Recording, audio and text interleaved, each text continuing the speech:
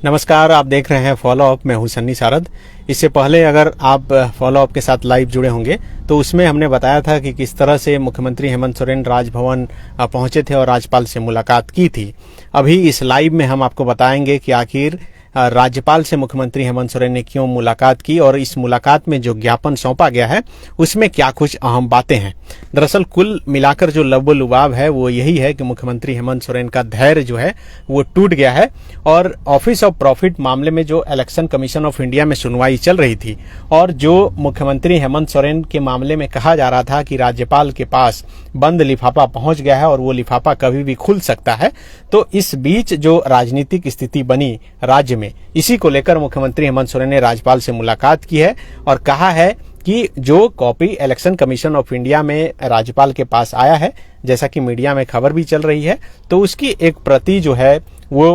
उन्हें सौंपी जाए, जो लोकतंत्र के लिए ठीक होगा।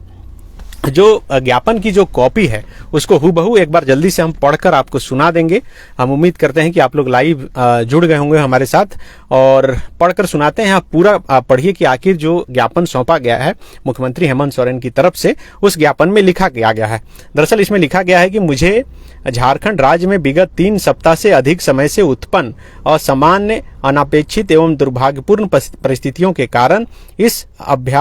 वेदन के साथ भवदीय के समक्ष उपस्थित होने के लिए बाध्य होना पड़ रहा है। फरवरी 2022 से ही भारतीय जनता पार्टी द्वारा यह भूमिका रची जा रही है कि मेरे द्वारा पत्थर खनन के लिए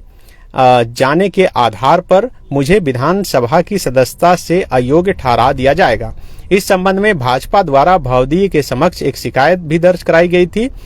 यद्यपि संबंधित विषय के संबंध में माननीय सर्वोच्च न्यायालय वो एक हवाला दिए हैं कि 2 आधिकारिक एवं बाध्यकारी न्याय निर्णयों द्वारा पूर्णतः आच्छादित किया गया है, जिसमें यह पूर्णतः एक अस्पष्टता व्यवस्था दी गई है कि खनन पट्टा लिए जाने से जन प्रतिनिधित्व अधिनियम 1951 की धारा 9A के प्रावधान के अंतर्गत अयोग्यता उत्पन्न नहीं होती है। तथापि इस विषय में मंतव्य गठन हेतु संविधान के अनुच्छेद 192 के अंतर्गत भवदीय के रेफरेंस के अनुसरण में भारत निर्वाचन आयोग द्वारा सुनवाई भी आयोजित की गई। यद्यपि भारतीय संविधान के प्रावधान के अनुसार निर्वाचन आयोग को अपना मंतव्य भवदीय के समक्ष प्रस्तुत करना है और भवदीय द्वारा तत्पश्चात अधो हस्ताक्षरी को सुनवाई को युक्त अवसर प्रदान कर यथोचित कार्रवाई करनी है। तथापि भारतीय जनता पार्टी के नेताओं के सार्वजनिक बयानों से यह प्रतीत होता है कि निर्वाचन आयोग द्वारा अपना मंतव्य भारतीय जनता पार्टी को सौंप दिया गया है। भवदीय के कार्यालय के कथित स्रोतों एवं भारतीय जनता पार्टी के नेताओं के बयानों को उद्धृत करते हुए विगत 25 अगस्त से प्रिंट एवं इलेक्ट्रॉनिक मीडिया में यह व्यापक रूप से परिचालित किया जा रहा है कि भारत निर्वाचन आयोग द्वारा यह अभिमत दे दिया गया है कि अधो पंचम झारखंड विधानसभा की सदस्यता से निर्धारित कर दिए गए हैं। इस बाबत यूपीए के एक प्रतिनिधिमंडल द्वारा भवदीय से दिनांक 1/9/2022 को भेंट कर निर्वाचन आयोग के मंतव्य को शीघ्र सार्वजनिक करने हेतु एक अभ्यावेदन दिया गया था। भवदीय द्वारा प्रतिनिधिमंडल के सदस्यों को बताया गया था कि निर्वाचन आयोग से मंतव्य प्राप्त हो गया है तथा इस संबंध में आवश्यक विधि सम्मत कार्रवाई 2-3 दिनों के अंदर पूर्ण कर ली जाएगी। तो ये मुख्यमंत्री हेमंत सोरेन ने जो पत्र लिखा है वो हम पढ़कर आपको सुना रहे हैं, जो ज्ञापन सौंपा गया है। उसमें जो अंतिम 2 पैरा है ये महत्वपूर्ण है और इन्होंने लिखा है कि महोदय, भारत निर्वाचन आयोग के मंतव्य के संबंध में मीडिया में भारतीय जनता पार्टी द्वारा किए जा रहे प्रचार एवं भवदीय के कार्यालय से मंतव्य के संबंध में कथित सूचना के छन कर आने से सरकार, कार्यपालिका एवं जनमानस में भ्रम की स्थिति उत्पन्न हो रही है, जो राज्य हित एवं जनहित में नहीं है। भारतीय जनता पार्टी इस भ्रम की स्थिति का उपयोग दल बल के अस्त्र के रूप में कर अनैतिक रूप से सत्ता हासिल करने का प्रयास कर रही है। भारतीय जनता पार्टी अपनी इस अनैतिक प्रयास में कभी सफल नहीं होगी, क्योंकि राज्य गठन के बाद पहली बार हमारी सरकार को लगभग 2/3 सदस्यों का समर्थन प्राप्त है। दिनांक 5/9/2022 को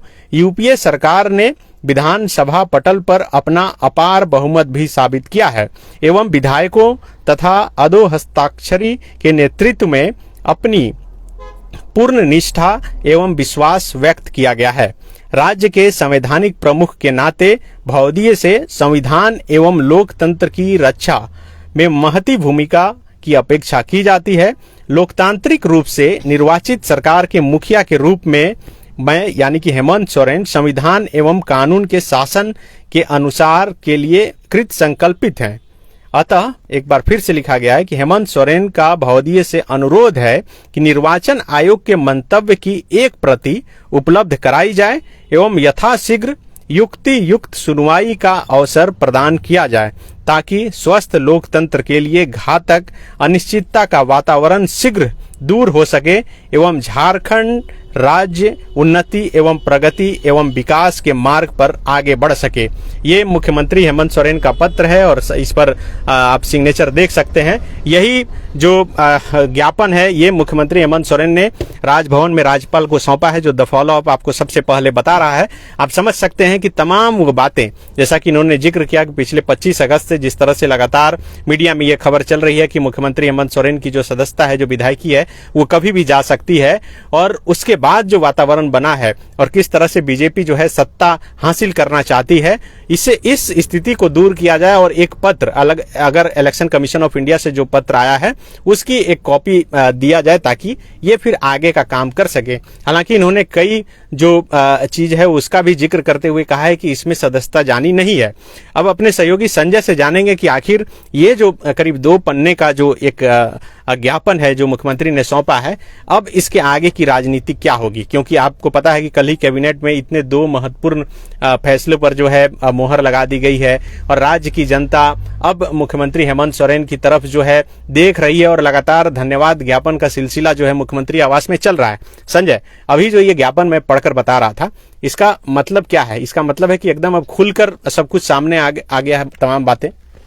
नहीं, देखिए, खुलकर तो बातें नहीं आ पाई है और यही वजह है कि मुख्यमंत्री आज खुद से इसके पहले 1 सितंबर को, जिसका जिक्र भी इस लेटर में किया गया है जो राज्यपाल को जाकर के सौंपे हैं मुख्यमंत्री हेमंत सोरेन, उसमें उन्होंने बाकायदा कहा भी है कि 1 सितंबर को यूपीए का प्रतिनिधि मंडल, यानी कि जो महागठबंधन की जो सरकार है जिसमें राजद, कांग्रेस और जेएमएम, ये तीनों दलों के प्रतिनिधि मंडल गए थे और उन्होंने बाकायदा मांग किया था कि राज्य में जो अस्थिरता का माहौल है और सारे राज्य के लोग, पूरा देश जो है राजभवन की ओर निगाहें टिकाए हुए है कि आखिरकार क्या कुछ होता है, क्या नहीं हो रहा है।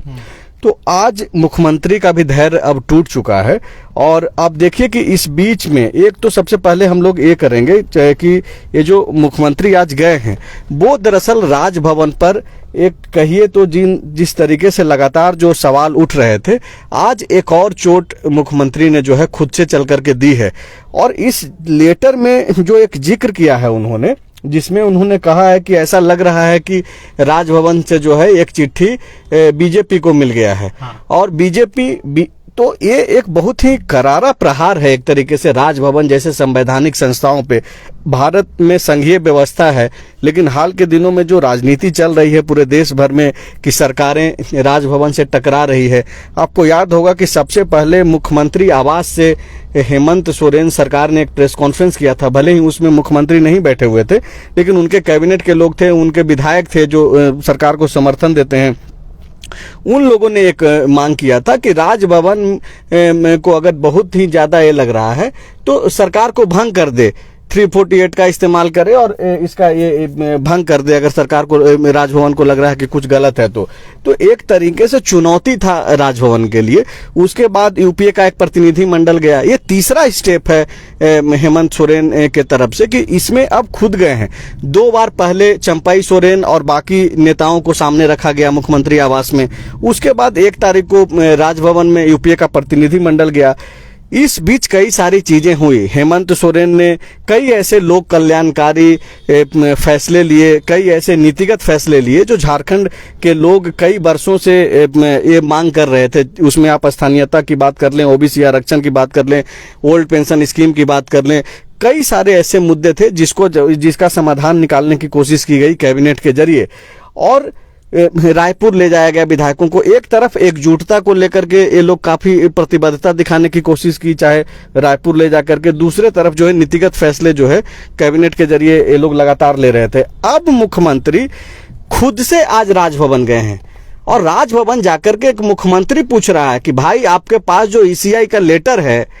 खनन पट्टे मामले में, वो आप हमको एक कॉपी दीजिए। चूंकि लोकतंत्र बचाने की बात है, संवैधानिक स्थिरता का माहौल है, लोगों को ये लग रहा है अब चूंकि हो क्या रहा है सनी कि आप देखिए कि कैबिनेट से डिसीजन लिया जा रहा है, लेकिन जिक्र हो रहा है एक लिफाफे की कि भाई वो एक लिफाफा है जो दबाव बना रहा है। तो ऐसे में ये जो सारी चीजें, जो एक मैसेज स्प्रेड हो रहा है, तो मुख्यमंत्री के लिए भी कहीं ना कहीं ये एक चिंता की बात थी। आज वो खुद गए, और जब वो खुद गए तो इसकी सूचना किसी को नहीं थी, मीडिया तक को नहीं, राजभवन से भी नहीं पता चला कि समय दिया गया है, उनके तरफ से किसी तरीके की कोई सूचना नहीं थी। अब जबकि मुख्यमंत्री ने खुद से एक प्रेस रिलीज जारी किया है जिसमें कई सारे सवाल खड़े किए हैं कि आपके पास आया हुआ है, अभी तक आपने स्पष्ट नहीं किया है, जिसकी वजह से झारखंड में जो है वो एक तरीके से संवैधानिक स्थिरता का माहौल है, लोकतांत्रिक व्यवस्था के लिए उचित नहीं है। मुख्यमंत्री ने अब खुद से कॉपी मांग दिया है, ये बहुत बड़ी बात है। राजभवन जाकर के राज्यपाल से मिल करके, उनके साथ बैठ करके, उनसे मुलाकात करके मुख्यमंत्री ये बोल रहे हैं कि आप जो अब तक विलंब कर रहे हैं उससे दिक्कत हो रही है, अब आप हमको एक कॉपी दे दीजिए और उसके बाद हम लोग जो है तय करेंगे कि क्या करना है नहीं करना है। इस बीच वो ये भी बोल रहे हैं कि लगता है कि राजभवन से जो है ये कॉपी बीजेपी को दे दिया गया है। तो ये बहुत बड़ी बात है और काफी गंभीर बात है। तो एक तरीके से झारखंड में राजभवन और मुख्यमंत्री आवास, ये दोनों में जो टकराव भीतर ही भीतर या फिर किसी और माध्यम से जो चल रहा था, वो अब सामने से दिखना शुरू हो गया है आज से। अब देखिए कि इसके बाद जो है कई सारे बयानबाजी शुरू हो जाएंगे, बीजेपी कैसे इसको देखती है, और भी कई सारे लोग इस पे क्या जो संविधान विशेषज्ञ हैं, जो बुद्धिजीवी समाज के जो लोग हैं, वो लोग कैसे रिएक्ट करते हैं कि क्या मुख्यमंत्री जो है खुद से जाकर के दबाव बना रहे हैं। तो कई सारे चीजें होंगी, लेकिन ये काफी महत्वपूर्ण रहा आज का मुलाकात ऐसे समय में जिसके ऊपर आरोप है, जिससे संबंधित खबर ये आ रही है कि उसको दंडित किया जा चुका है, विधायकी नहीं रही है, वो आदमी जा रहा है और खुद से जाकर के ये पूछ रहा है कि भाई आप बताइए कि है क्या लिफाफे के अंदर, आप लिफाफा ही हमको दे दीजिए, हम खुद पढ़ लेंगे। तो ये बहुत बड़ी बात है सनी, और इसका इम्पैक्ट जो है वो बाद में तय होगा कि क्या प्रभाव पड़ रहा है, क्या प्रभाव नहीं पड़ रहा है। तो फिलहाल हेमंत सोरेन, इसको आप ऐसे भी देख सकते हैं कि हेमंत सोरेन आत्मविश्वास से लबरेज हैं, लगातार फैसले ले रहे हैं और निडरता के साथ जो है वो यह कोशिश कर रहे हैं कि अपने लोगों के बीच में यह मैसेज दें कि हम किसी तरीके से कोई गलत नहीं है, चाहे वो भले ही ऑफिस ऑफ प्रॉफिट का मसला को लेकर के उन पे चार्जेस लगाए गए हों या फिर फैसला आ चुका है, भले ही सार्वजनिक नहीं हो, लेकिन ये अपने एक्ट के जरिए जो है एक मैसेज देने की कोशिश कर रहे हैं पूरे राज्य को कि इनके तरफ से कोई गलती नहीं हुई है।